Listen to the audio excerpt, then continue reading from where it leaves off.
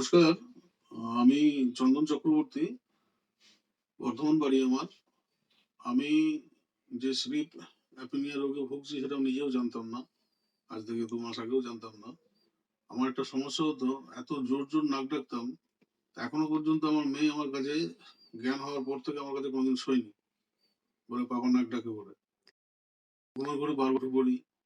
পরে আমার মিসেস সেটা নোটিস করে, আমার বন্ধু-বান্ধবরা নোটিস করে। তারপর ডাক্তারবাবুর কাছে আসি। ১ম আমার গলায় একটা ইনফেকশন নিয়ে আমি একজন ENT সার্জনের কাছে যাই, বর্ধমানে ফেমাস। সেই স্যার আমাকে এখানে পাঠান এবং এখানে আসার পর আমি জানতে পারলাম যে আমি এই রোগে ভুগছি। তো স্যার আমাকে একটা মেশিন দিয়েছে, ডিভাইস দিয়েছেন, সেটা লাগানোর পর থেকে আমি অনেক ভালো আছি আগের থেকে। জাস্ট আমি খুব বেশি হলে ১ মাস ইউজ করছি এবং ১ মাসের মধ্যে সব দিন আমি তো নিতেও পারিনি। কিন্তু মেশিনটি নিয়ে আমি ভালো থাকছি, ভালো ঘুমাচ্ছি। আগামী দিনে স্যারের বক্তব্য বা স্যার বলছেন আমি আরো ভালো হয়ে যাবো, আরো ভালো থাকবো এবং সেটাই আশা করছি, আশা রাখছি।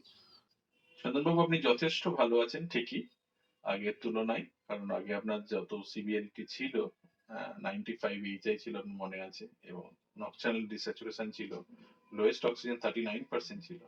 তো আপনি সিভাপে যথেষ্ট ভালো কমপ্লায়েন্ট, এটা থ্যাঙ্কস গড। আর regularity is the key. Regularity আপনি মেনটেন করছেন না, এটা একটু অ্যাড করবেন। রেগুলারিটি যাতে মেনটেন করা যায়। আর যে এক্সারসাইজ গুলো আপনাকে দেখানো হয়েছে, বারবার রিকোয়েস্ট করছি এটা করুন। ইন ফিউচার এর ডিপেন্ডেন্সি এর উপরে অনেকটা কম হবে, যে কমপ্লায়েন্ট আরো বেশি হবেন প্যাপের উপরে।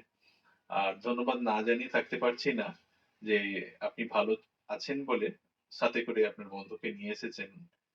তো বলে রাখি, ওনার এখানে সেরকম কিছু দরকার পড়বে না। আপনাকে যে ডাক্তারবাবু আমাদের কাছে পাঠিয়েছিলেন, ওনার কাছেই ওনাকে নিয়ে যান। উনি এই চিকিৎসাটা করে দেবেন, এবং ছোট্ট হয়তো একটা নেজাল সার্জারি হয়তো দরকার হবে, তো ওটা করলে উনি ভালো হয়ে যাবেন। এই ধরনের ডিভাইস ওনার লাগবে না। পরে এক্সারসাইজ আমরা দেখিয়ে দেবো, সেগুলো যদি করেন তাতেই ভালো থাকবেন। ভালো থাকবেন।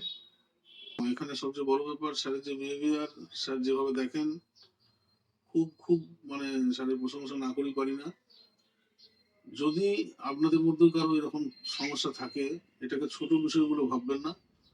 ইমিডিয়েট যোগাযোগ করবেন। সকলে ভালো থাকুন, সুস্থ থাকুন।